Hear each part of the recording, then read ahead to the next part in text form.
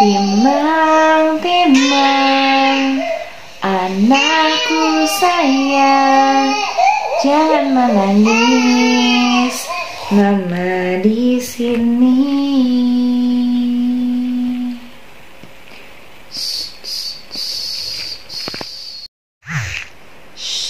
Si kecil udah tidur, jadi kita bisa mulai remaja. Ya saudara-saudara, selamat malam. Saudara-saudara yang punya anak bayi atau anak kecil di rumah pasti mengerti ya bahwa anak-anak itu gampang banget untuk menangis. Benar atau enggak? Ya saudara, tangisan itu adalah satu refleks yang dimiliki anak bayi atau anak kecil ketika mereka merasa ada sesuatu yang tidak nyaman. Karena mereka belum bisa mengkomunikasikannya, maka mereka menangis. Bahkan dari sejak pertama kali lahir, bayi itu akan menangis sekencang-kencangnya. Semakin kencang dia menangis, berarti makin bagus atau makin sehat keadaannya.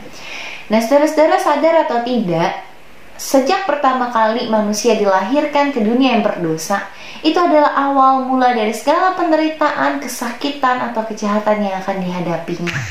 Tidak ada satu manusia pun yang sepanjang umur hidupnya tidak mengalami yang namanya penderitaan atau kesakitan. Saudara, karena menyadari hal ini, Nabi Yeremia pernah mengutuki hari kelahirannya sendiri. Tercatat dalam Yeremia 20 ayat yang ke-14, "Terkutuklah hari ketika aku dilahirkan, biarlah jangan diberkati hari ketika ibuku melahirkan aku." Saudara-saudara, seorang rohaniwan asal Inggris pernah mengatakan bahwa orang tua seringkali bersuka cita atas kelahiran anak-anak mereka. Tapi kalau saja mereka dapat melihat ke depan penderitaan apa yang akan anak-anak itu tanggung, mereka mungkin akan meratapi kelahiran itu daripada bersuka cita di dalamnya. Tentunya kita tidak berharap anak-anak kita menghadapi sesuatu yang tidak menyenangkan, penderitaan, kesakitan, atau apapun itu. Tapi tidak dapat dipungkiri bahwa sebagai orang tua, kita justru harus mempersiapkan mereka untuk hidup, untuk bertahan di tengah dunia yang penuh dosa ini, untuk menghadapi berbagai penderitaan yang mungkin nanti akan mereka alami. Nah saudara-saudara, Nabi Yeremia itu menyadari bahwa kelahiran ke dunia itu bukan sesuatu yang baik. Dia menyadari bahwa kelahiran ke dunia itu adalah sesuatu di mana segala penderitaan akan dimulai. Saudara, kalimat ini adalah kalimat frustasi dari Nabi Yeremia karena dia menghadapi berbagai hal dalam hidupnya. Dia lahir di masa di mana Israel sedang tidak baik keadaannya. Bahkan dia hidup untuk menyaksikan bagaimana bangsanya sendiri hancur dalam pembuangan. Dan dia sendiri pun tidak didengarkan. Dia disuruh untuk bernubuat untuk bangsa Israel agar kembali. Dia bernubuat tentang pembuangan, tapi tidak ada yang percaya, tidak ada yang mendengarkannya, tidak ada yang bertobat karena pemberitaannya. Dan dia sendiri bahkan dianiaya. Ada begitu banyak hal yang tidak menyenangkan yang dia alami, sehingga dia begitu frustasi. Kalau kita baca ayat-ayat ini adalah wujud daripada bagaimana perasaannya sampai dia merasa bahwa hari kelahirannya itu sebaiknya tidak pernah terjadi, sehingga dia tidak perlu mengalami bahkan menyaksikan segala sesuatu yang mengerikan sepanjang hidupnya. Tapi saudara, Nabi Yeremia tidak berhenti pada ratapannya saja, tapi dia juga tetap setia menyampaikan firman Tuhan. Sekalipun tidak didengarkan, sekalipun ditolak, dia tetap setia menyampaikan kebenaran firman Tuhan. Dalam ayatnya yang ke-9 dia berkata, "Tetapi apabila aku berpikir, aku tidak mau mengingat dia dan tidak mau mengucapkan firman lagi demi namanya, maka dalam hatiku ada sesuatu yang seperti api yang menyala-nyala, terkurung dalam tulang-tulangku. Aku berlelah-lelah untuk menahannya, tetapi aku tidak sanggup."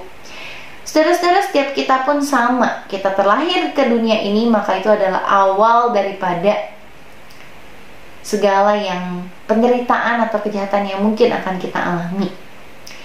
Namun apakah di hati kita juga ada api yang menyala-nyala seperti Nabi Yeremia yang tetap pada akhirnya membuat dia setia kepada Tuhan, setia memberitakan firman Tuhan? Saudara, biarlah firman Tuhan hari ini boleh mengingatkan kita bahwa ketika kita memperingati hari kelahiran kita, kita bukan hanya bersuka cita, bersyukur, dan berpesta atasnya, tapi kita juga boleh ingat untuk setia kepada Tuhan kita. Mungkin hidup kita tidak semanis kue yang kita makan, mungkin hidup kita tidak seterang lilin yang kita tiup, mungkin hidup kita tidak seindah pakaian yang kita pakai. tapi dalam hidup kita, kita punya Kristus yang setia. Biar kita juga boleh setia kepadanya, setia memberitakan firman-Nya, setia untuk menjadi pembawa saksi, menjadi saksi Kristus dimanapun kita berada. Mari kita berdoa. Bapa, kami datang ke hadapan-Mu ya Tuhan, bersyukur untuk kebenaran firman yang kami dengarkan. Ampuni kami Tuhan, jikalau kami seringkali melupakan Tuhan di saat kehidupan kami baik-baik saja. Ampuni kami Tuhan, jikalau kami seringkali menyalahkan Tuhan ketika hidup kami diranda berbagai macam persoalan. Ya Tuhan, biarlah firman Tuhan hari ini mengingatkan kami untuk tetap setia kepada Tuhan, tidak memungkiri iman kami. Biarlah malam hari ini, jikalau ada di antara kami yang sedang ragu-ragu, iman kami yang mulai goyah, atau kami yang sedang takut dan berbagai persoalan dalam kehidupan kami berdoa kiranya Tuhan yang boleh menguatkan kami, ingatkan kami lagi kami punya Kristus yang boleh setia kepada kami, maka kami pun akan setia kepada-Mu ya Tuhan. Tolong setiap kami ya Bapa, di dalam nama Tuhan Yesus Kristus kami berdoa, amin. Selamat malam, selamat istirahat.